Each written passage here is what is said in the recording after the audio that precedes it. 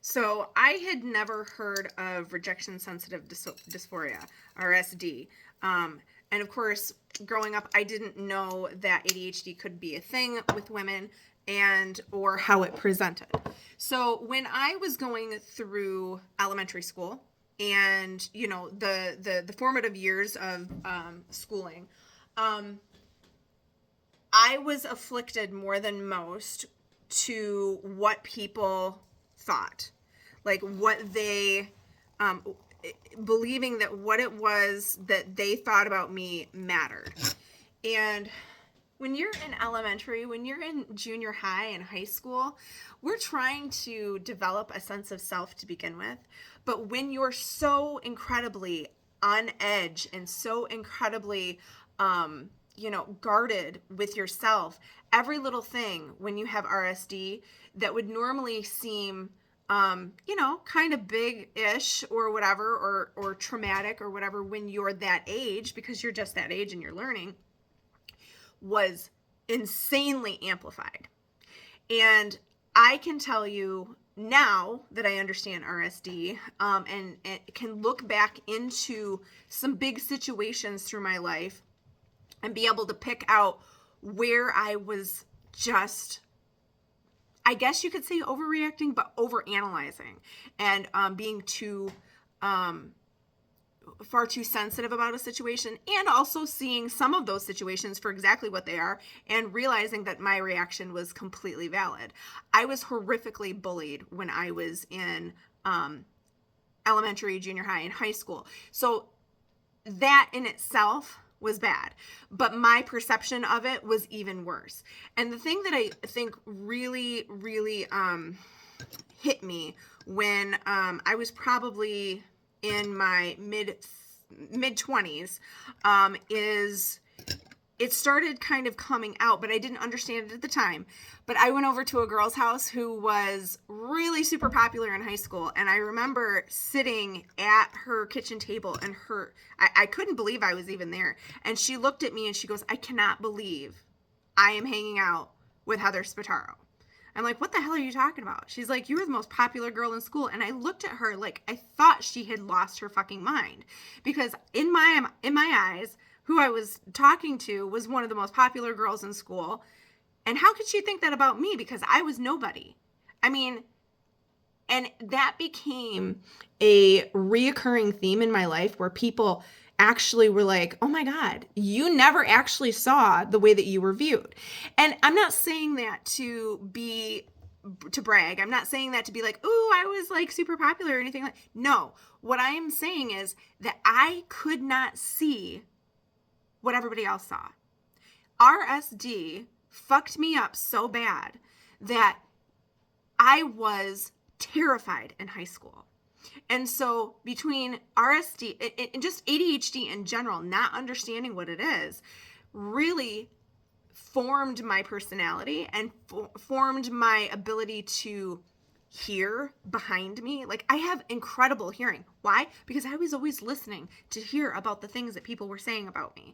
I was always super aware. I was really, really good at being able to pick up nuances, and I was always analyzing them. It was fucking exhausting. High school was fucking exhausting.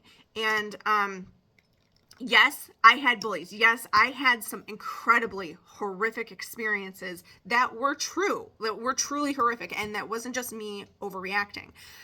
But in general, going back, I can see what it was and what it actually was.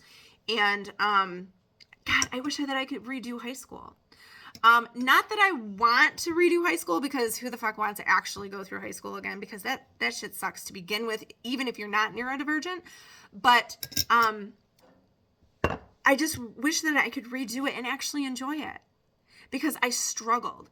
I was a cheerleader, sure, but I wasn't, in my mind, I wasn't the cheerleader to be like cool at anything.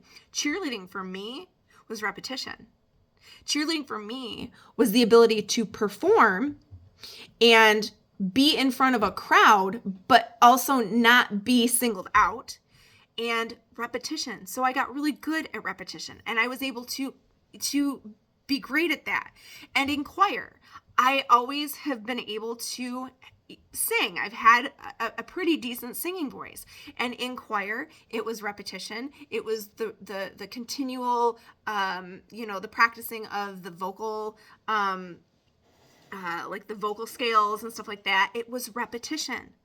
And so then my voice got better and better. And when I do performances, I didn't have to see anybody in the crowd because it was dark. So I could just perform for myself and for my heart. And it was only for me. It wasn't for anybody else. So other people looking in saw it as something different. Other people seeing me be a performer, be a cheerleader, saw me for something that I wasn't. And all I was trying to do was make myself happy. I was trying to do the things that were making me happy, that I was good at, and that could be a constant in my life. Of course, there was a lot of different instances of either jealousy or anger or just envy, period. And then, of course, those things would spiral out of control, and it started to really weigh on my psyche.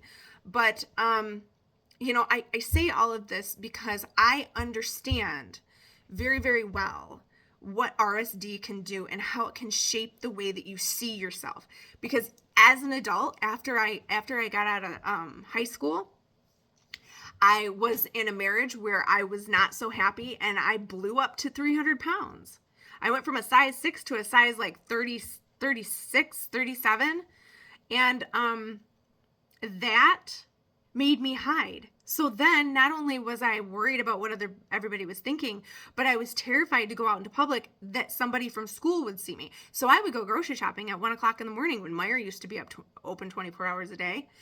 This is how RSD can hold on to your being and reshape the way that you develop and that you do things.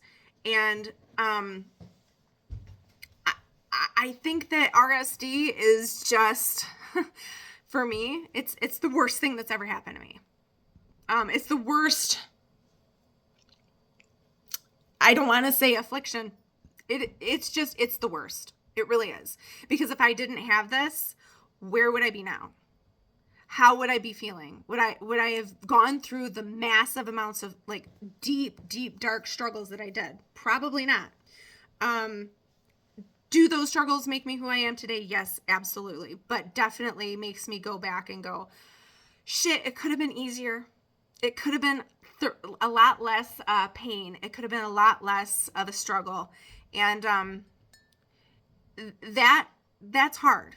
That's hard. They say that when women get diagnosed late in life with ADHD, they go through a lot of stages of regret.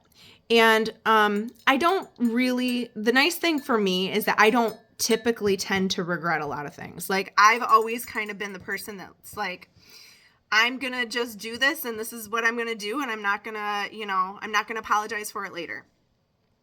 There are probably some things in my life that I should regret, but I just don't.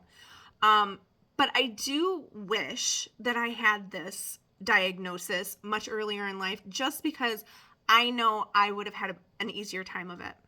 I know that my life would have been easier, not like perfect, but it wouldn't have been such a struggle. It would have been so emotionally driven. So if you are, and I know you are, struggling with RSD, please understand you are not alone. You are not the only person going through this, and trying to get perspective and understanding that people don't pay attention to you as much as that you think that they do. People do not dislike you the way that you think that they do. And there's a really, really great video. There's a really fantastic video out there by Elise Myers. I love this woman. I very much am inspired by her. If you don't know who she is, you've got to check her out. She is the most amazingly sweet, caring, compassionate, quirky, funny, but like genuine human being you will ever meet. Elise Myers. But she said that nobody is mad at you. Nobody is mad at you. And how does it go? She says, if somebody is mad at you and they really matter, what their opinions matter, or what they think matters, they will come to you and say, we have a problem and we need to fix it for us because this is our relationship and it's important. But if they have a problem with you, or if you think that somebody is judging you, that's a them problem. If you're not close enough to that person to try to mend that, that's a them problem. That has nothing to do with you, and they can go on believing that because that is none of your business. And I think that was one of the times where I heard something and it really felt very much directed to me. Nobody's mad at you. If they're mad at you or they have an issue with you, that if they're not part of your inner circle that really honest to God matters, that's a them problem, right? So, learning to navigate RSD, I think, is going to be one of the main, I think I've said this already, one of the main things that I'm going to talk about on this page more and more, because it really, really needs to, it really needs to be brought to light, and people need to understand that they are not broken. They are not flawed. This is just the way that we see the world. We're just a little bit more sensitive. We're just a little bit more in our feelings, and that's okay, because if this world didn't have us and our over the top feelings and our ability to have spidey senses and work things out a little bit differently, it'd be a boring ass world, right? So yeah, so I hope that helps. Please let me know. Please let me know what you struggle with.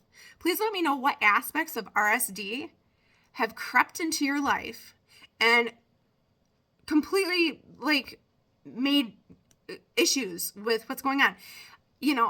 I have no intention of this page really, being some big giant blow up thing.